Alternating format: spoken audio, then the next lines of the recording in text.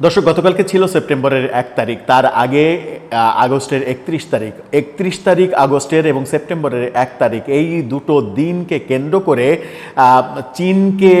চীনের শহরে, চীনের রাজধানীতে যে আয়োজন, অর্থাৎ চীন, রাশিয়া এবং ভারতের এক মঞ্চে ওঠা,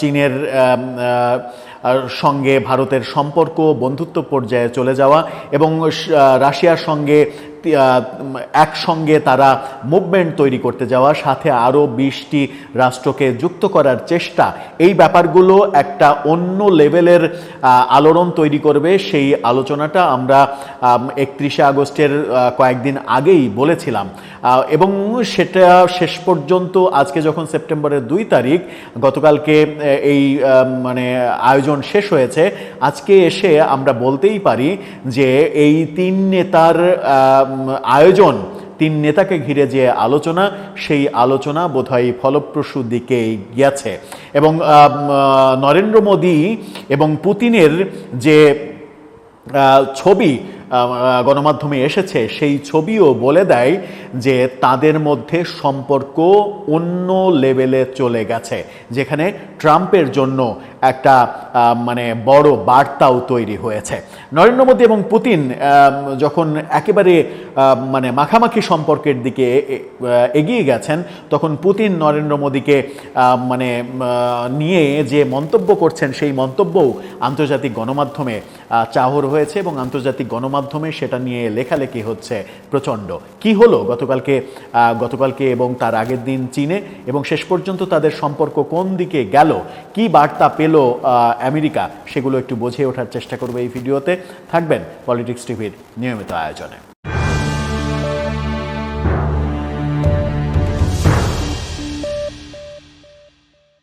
দর্শক, বলছিলাম চীনে যা ঘটলো সেটা নিয়ে আলোচনা করব এই ভিডিওতে। চীনে যেটা ঘটলো, সেই ঘটার যে আভাস, সেই আভাস আমরা আগেই পেয়েছিলাম বলে, এবং সেই ঘটনাগুলো বাংলাদেশের প্রেক্ষাপটেও গুরুত্বপূর্ণ বলে, বাংলাদেশের রাজনীতিতেও গুরুত্বপূর্ণ প্রভাব ফেলতে পারে বলেও অনেকে আবার ব্যঙ্গ করে এটাও বলছেন যে বাংলাদেশের কোনো রাজনীতিবিদের কিংবা কোনো রাজনৈতিক দলের হঠাৎ করে রাজনৈতিক কেবলা চীনকে বানানোর ব্যাপার কেন ঘটছে, কেন কোনো রাজনৈতিক দল মনে করছে এখন রাজনীতির যে কেবলা, সেই কেবলা আমেরিকা থেকে চীনের দিকে ঘুরিয়ে দেওয়ার সময় এসেছে এবং তারা ঘুরিয়ে দিচ্ছে।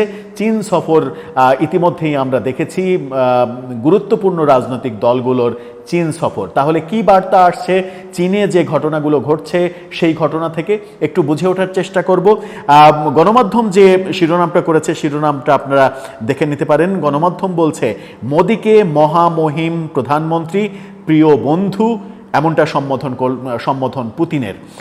তার মানে হচ্ছে যে মোদী মহামহিম প্রধানমন্ত্রী যে বিশেষণ তিনি লাগিয়েছেন এবং প্রিয় বন্ধু যেটা বলছেন, আমরা কদিন আগেই ট্রাম্পের নির্বাচিত হওয়ার পরে ট্রাম্পের এই ধরনের কথা আমরা শুনেছিলাম, কিন্তু ট্রাম্প নরেন্দ্র মোদীকে আমার প্রিয় বন্ধু, আমার খুবই কাছের বন্ধু, কেউ বলেছেন আমার বেস্ট ফ্রেন্ড, এরকম আলোচনা হয়েছিল। সেই ট্রাম্পের জায়গাটা এখন পুতিন নিয়ে নিলেন কিনা, সেই আলোচনার জন্ম দিয়েছে। কি হলো সেখানে একটু বুঝে ওঠার চেষ্টা করি। রাশিয়ার প্রেসিডেন্ট ভ্লাদিমির পুতিন দ্বিপক্ষীয় বৈঠকে ভারতের প্রধানমন্ত্রী নরেন্দ্র মোদীকে মহামহিম প্রধানমন্ত্রী জি এবং প্রিয় বন্ধু বলে সম্বোধন করেছেন। চীনের তিয়ানজিনে সাংহাই সংহতি সংস্থা SCO সম্মেলনের সাইডলাইনে দুই নেতার সাক্ষাৎ হয়েছে আলাদা করে। ভারতীয় সংবাদ মাধ্যম NDTV এই খবর নিশ্চিত করেছে। পুতিন বলেছেন, মহামহিম প্রধানমন্ত্রী জি এবং প্রিয় বন্ধু, 21 ডিসেম্বর পূর্ণ হবে ভারত রাশিয়ার বিশেষ ও সুবিধাপ্রাপ্ত কৌশলগত অংশীদারিত্বের 15 বছর, অর্থাৎ তাদের দুই দেশের সম্পর্কের, বিস্ময়কর সম্পর্কের 15 বছর হবে। আমাদের সম্পর্ক বহুমুখী, নীতিনিষ্ঠ এবং বহু দিক দিয়ে বিস্তৃত, তেমনটাও বলেছেন পুতিন। আরও বলেছেন, আপনার সঙ্গে দেখা করে আমি আনন্দিত। আজকের বৈঠক আমাদের সম্পর্ককে আরও শক্তিশালী করবে। এই বৈঠকটি যুক্তরাষ্ট্রের আরোপিত 50% শুল্কের প্রেক্ষাপটে গুরুত্বপূর্ণ বলেও অনেকে মনে করছেন। রুশ অপরিশোধিত তেল আমদানিকে কেন্দ্র করে ওয়াশিংটন দিল্লির ওপরে এই শুল্ক আরোপ করেছে। সংবাদ সম্মেলনে পৌঁছালে পুতিন এবং মোদির করমর্দন ও আলিঙ্গন, উষ্ণ অভ্যর্থনা এগুলো বিনিময় করতে দেখা গেছে। এবং এগুলো যখন বিনিময় করেছেন তখন আরও দুইটা ছবি আপনারা দেখে নিন। এই ছবিতে দেখা যাচ্ছে যে তারা কতটা ঘনিষ্ঠ এবং আন্তরিকভাবে শুভেচ্ছা বিনিময় করছেন। সূত্র বলছে বৈঠকের আগে পুতিন প্রায় 10 মিনিট মোদির জন্য অপেক্ষা করেছেন।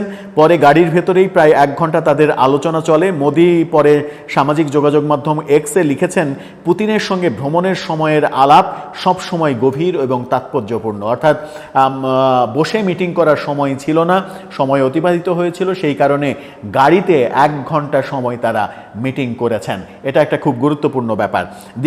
দ্বিপক্ষীয় বৈঠকে বাণিজ্য, সার, মহাকাশ, নিরাপত্তা ও সংস্কৃতি সহ বিভিন্ন ক্ষেত্রে সহযোগিতা জোরদার নিয়ে আলোচনা হয়েছে।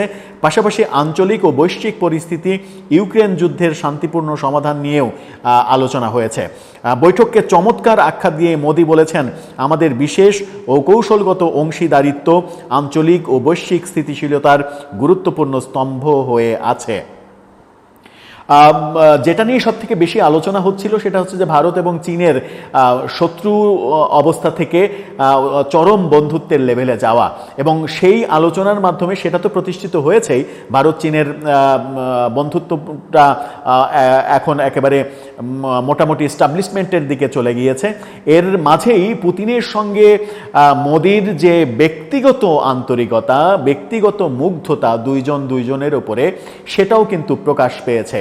যে প্রকাশটা এর আগে ডোনাল্ড ট্রাম্পের সঙ্গে মোদির দেখেছিলাম, সেটা মানে কি বলবো, যে তুরুপের তাসটা বোধহয় আবার ঘুরে গিয়ে এবার ট্রাম্পের জায়গায় পুতিন হলেন। এবং ট্রাম্পের জায়গায় যখন পুতিন হলেন তখন ট্রাম্পের জন্য এটা খুবই মানে অ্যালার্মিং একটা ব্যাপার। যদিও যুক্তরাষ্ট্র থেকে বলা হয়েছে যে ভারতের ওপরে যে অতিরিক্ত শুল্ক আরোপ করা হয়েছে সেটা রাশিয়ার সঙ্গে বন্ধুত্ব তৈরি করার কারণেই সেটা থেকে যুক্তরাষ্ট্র ফিরে আসবে না, সেরকম একটা মতবাদ এখন পর্যন্ত যুক্তরাষ্ট্র পোষণ করছে। সেরকম অবস্থায় চীন, রাশিয়া এবং ভারতের এই যে সম্পর্কের একটা অন্য লেভেল তৈরি করা, সেটা বাংলাদেশের রাজনীতির জন্যও একটা বড় অ্যালার্মিং বিষয় হচ্ছে।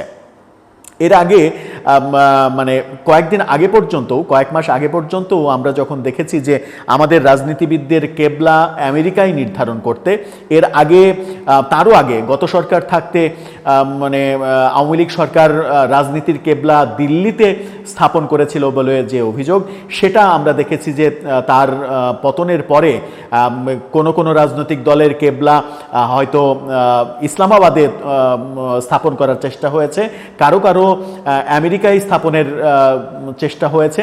এখন সেই দৃশ্যটা চেঞ্জ হতে দেখছি আমরা, রাজনীতির কেবলা চীনে পরিবর্তিত হচ্ছে, এরকম পরিস্থিতি আমরা দেখছি। সুতরাং এটা বলাই যায় যে চীনের যে আয়োজন, সেই আয়োজনে এই 3 দেশের একজোট হওয়া এবং বন্ধুত্বের চরম লেভেলের একটা মানে কি বলবো, একটা সিগন্যাল বিশ্ববাসীকে দেয়া, এটা বাংলাদেশের রাজনীতিবিদদের জন্য, রাজনৈতিক প্রেক্ষাপটের জন্য, সরকারের জন্য একটা বড় সিগন্যাল হয়েছে, যে সিগন্যাল প্রমাণ দিয়ে দিচ্ছে অলরেডি যে এখন চীনের ওপরে নির্ভরশীলতা বাড়াতে চাচ্ছে রাজনৈতিক দলগুলো এবং সরকার, এবং চীনের দিকে যে নির্ভরশীলতা বাড়াতে চাওয়া, সেখানে ভারতের একটা বড় অংশীদারিত্ব থাকবে।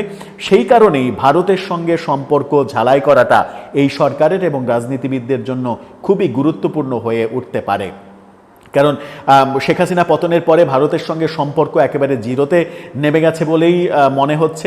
সেটা সরকারের তো বটেই, রাজনীতিবিদদের, রাজনৈতিক দলগুলোরও তেমন অবস্থা হয়েছে। সেখান থেকে সেই বিদ্বেষপূর্ণ অবস্থানে থেকে আমার মনে হয় যে ভারতের সঙ্গেও সম্পর্কটা ঝালাই করে নেওয়া উচিত, যেন একটা লং রানে আন্তর্জাতিক সম্পর্কের ক্ষেত্রে খুব একটা বড় প্রতিবন্ধকতার মধ্যে রাজনৈতিক দলগুলোকে কিংবা সরকারকে পড়তে না হয়। যারা রাজনীতির কেবলা মানে দিল্লির পরিবর্তে ইসলামাবাদে স্থাপন করার চেষ্টা করছিলেন কিংবা গত 1 বছর ধরে সেই চেষ্টা দেখেছি, তাদেরও বোধহয় একটু হুঁশে ফেরা উচিত যে সেই কেবলা আদতে কোনো কাজ দেবে কি দেবে না। দর্শক, আপনার কি মনে হয়? আপনার মতামত জানিয়ে লিখতে পারেন আমাদের কমেন্ট বক্সে।